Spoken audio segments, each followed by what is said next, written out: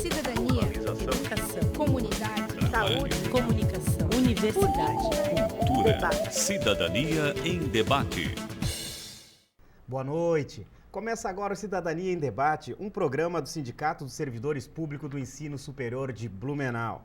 Este é um espaço que trata questões de interesse dos trabalhadores do Vale do Itajaí. E no programa de hoje, vamos continuar falando sobre mulheres e mercado de trabalho. E nesta noite o foco será a trabalhadora rural, que enfrenta problemas históricos na questão de políticas públicas. A retomada deste assunto é por conta do Dia Internacional da Mulher, comemorado no último dia 8. A trabalhadora rural pode ser apontada como um exemplo prático de superação.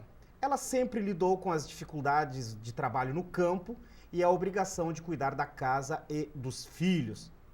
Resumindo, a vida da mulher camponesa nunca foi de facilidades, e sim sempre de muitos desafios. Mas não bastasse esses obstáculos do dia a dia, ela ainda carece de orientação previdenciária no momento de aposentadoria e até mesmo para tratar da própria saúde. Para tentar reduzir tais dificuldades, algumas políticas públicas são adotadas em benefício de quem está na lida diária do campo. E para falar destes problemas e as ações que estão sendo tomadas em favor da trabalhadora rural, está conosco a consultora da Sempre Viva, organização feminista ligada ao Ministério do Desenvolvimento Agrário, Kelly Flash Anschau. Obrigado por vir ao Cidadania. E qual que é a atual situação da trabalhadora rural? Boa noite, Kelly. Boa noite aos ouvintes aí do Cidadania em Debate, né? Acho que a gente fala da condição, quando a gente fala da condição da mulher, ela se assemelha bastante à mulher urbana, né? Mas a trabalhadora rural, ela tem aí sérias dificuldades pela questão do acesso às políticas públicas, né? Enquanto que a trabalhadora urbana está aqui envolta de serviços e de garantias, a trabalhadora rural encontra-se um pouco isolada, né? Então, pensando nisso, né, foi criado aí uma assessoria especial de raça, gênero e etnia, com políticas específicas para as mulheres, como crédito, assistência técnica, né, para que as mulheres também façam a sua produção. Afinal de contas, foram as mulheres que descobriram a agricultura, né, e hoje elas não são mais protagonistas dessa agricultura, e quando são, né, são protagonistas de uma forma orgânica e saudável, né, que também não ganha muito protagonismo hoje de forma geral, né? Então, quanto tempo você vem fazendo essa consultoria junto ao Ministério do Desenvolvimento Agrário? Nós estamos, na verdade, existe uma consultoria específica para as mulheres desde 2006, né? Então, em 2006 eu fiz um trabalho, uns 6 meses, e retomei em 2009, passando 2010 inteiro, né? Tentando fazer uma articulação, porque serviços existem, né? Mas é a forma como eles alcançam as mulheres, né?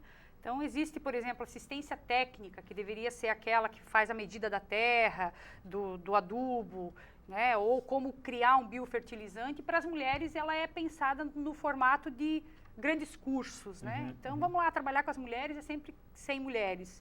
E não, quando a gente pensa em assistência técnica, é lá em loco, na propriedade, né? Ensinando como cuidar dessa plantinha ou dessa vaca, ou, né, dos pequenos animais, que a mulher sempre foi mais jeitosa nesse sentido, né? E nesse trabalho que você vem desenvolvendo aí, o que você destaca que precisa ser melhorado em favor da mulher trabalhadora no campo? Na verdade, nós despertamos muito tarde para as políticas públicas específicas para as mulheres, né? Que a gente chama de políticas de equidade, né? Equitativas, né? Porque se você for pensar hoje, a condição da mulher no espaço do mercado de trabalho, ela ganha menos, né? A mulher na roça, ela ajuda o marido na roça, mas ela passa o dia inteiro do sol a sol na roça e ainda volta para casa com todas as atividades diárias. Então, que ajuda é essa? Ela faz igual para igual e ainda volta, faz a roça, né? Então, nós despertamos muito tarde em pensar que a mulher precisava ser acompanhada. O técnico chega na residência, ele conversa com um companheiro, enquanto a mulher vai fazer o chimarrão, vai fazer o café, né? Então, quem fica detentor das informações acaba sendo o homem. Ah, mas o homem não compõe, a família compõe. Mas a mulher tem tarefas específicas de cuidado dentro dessa família que precisam ser potencializadas. Então, despertamos tarde, hoje nós temos alguns, né? E o principal foco é esse olhar diferenciado mesmo, reconhecer que a mulher precisa ser, eu sempre digo nas minhas formações, que enquanto eu converso com o homem, eu preciso nesse momento pegar na mão da mulher para dizer vamos, né? Por conta, historicamente. Meio que puxá-la, né? Com certeza, porque foi dito para ela que o lugar dela era em casa. Então, mesmo passando o dia inteiro na roça, ela ainda acha que ela ajuda o companheiro, porque o lugar dela é em casa, então ela não, né? Então, nós temos que dar uma puxada para tirar essas mulheres do espaço privado, trazer para discutir, para se qualificar, um pouco nessa lógica. Mas como que acontece o trabalho? Você vai nas propriedades, faz visita, reúne grupo de mulheres?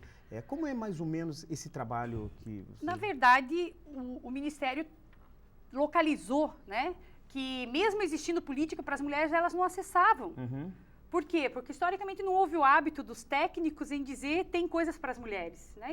Então eu entro como o papel de articular e dizer, ó, tá aí, como é que a gente vai fazer, né? Então em um ano a gente conseguiu potencializar muitas estratégias, né? Projetos, serviços que já existiam, né? Mas não eram alcançados pela falta deste olhar diferenciado para a condição da mulher. Quando se faz um trabalho voltado à trabalhadora do campo, como fica o homem nessa discussão? Eles são convidados a participar ou é um trabalho mais isolado? Como...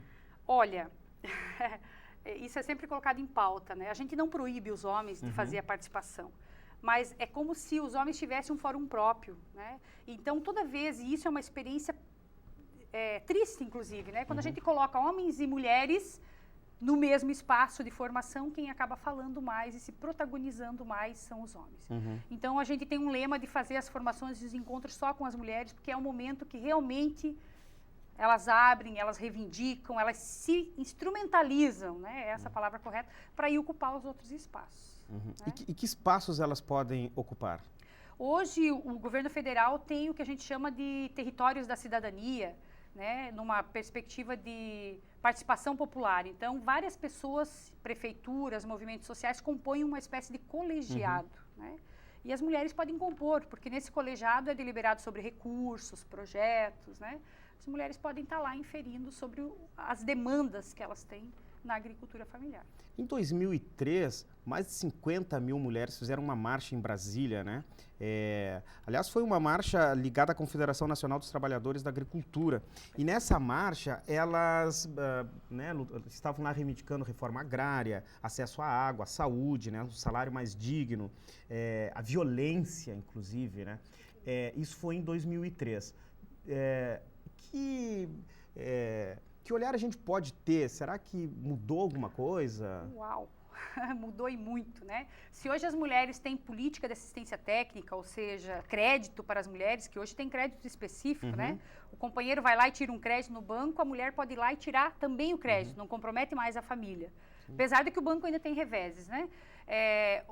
Uma articuladora, hoje no Brasil existem 27 estados com uma educadora como eu fazendo articulação. A questão a mulher antes casava, né? E colocava na certidão de casamento lá, João, tal, agricultor, fulana, tal, dólar, né? E na hora de se aposentar, não existe dólar no INSS, né? Sim. Então, foi a Marcha das Margaridas, 2003, né? Um movimento que botou isso em xeque, né? Então, a partir dali estão ainda sendo elaboradas. Hoje a mulher tem o nome no bloco do produtor, que é o principal documento do agricultor para poder se aposentar. E antes não existia. Hoje ela pode ter o bloco de nota dela, né?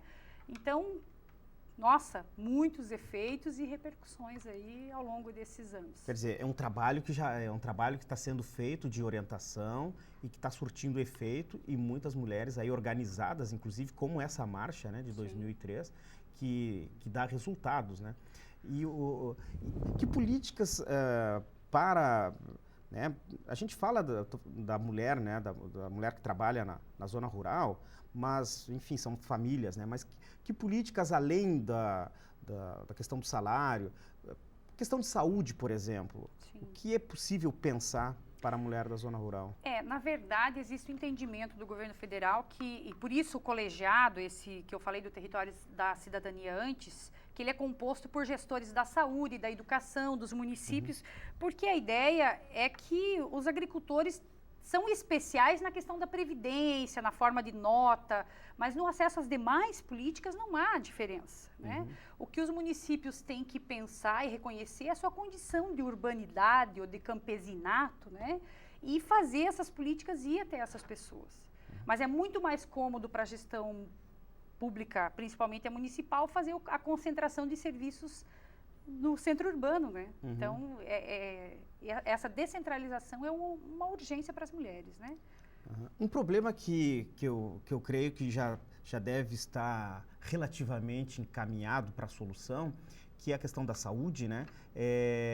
Muitas mulheres no campo tinham lá, né, 5, 8 filhos, né? Então, quer dizer, não havia essa preocupação com a natalidade, essa preocupação, né? Vamos lá, vamos baixar, né, o número de filhos. Isso continua sendo uma preocupação? Reduziu esses...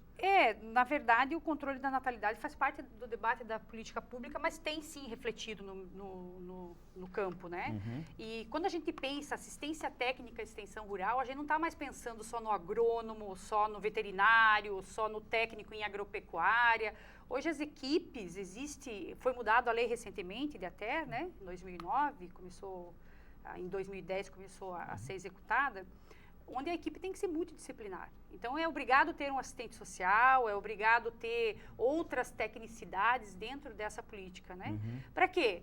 Para fazer esse alcance mesmo, da discussão da condição da mulher, né? Porque ter filhos não é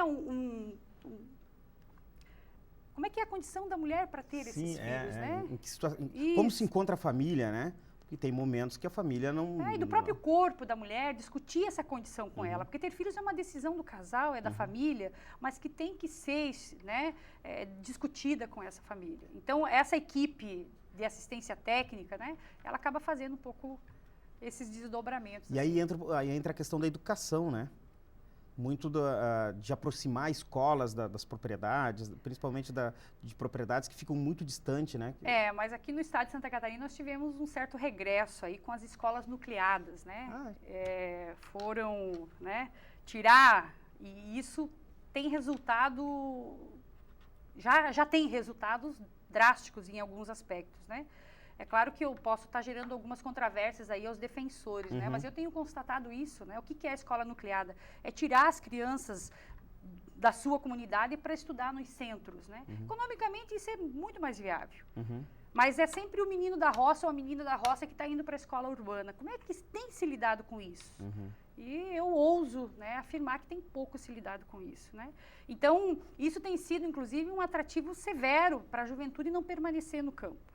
Que eles acabam vindo para a zona urbana, né? Com certeza, porque no campo ainda há uma nucleação familiar, onde o pai determina, para ir no baile eu tenho que pedir dinheiro para o pai, mesmo trabalhando ali na propriedade, então não existe salário, né? Sim. E daí eu vou trabalhar numa fábrica de congelados, ganhando muito menos do que, sem falar da qualidade de vida, mas atraído pela essa questão urbana, que começa lá na nucleação das escolas, né?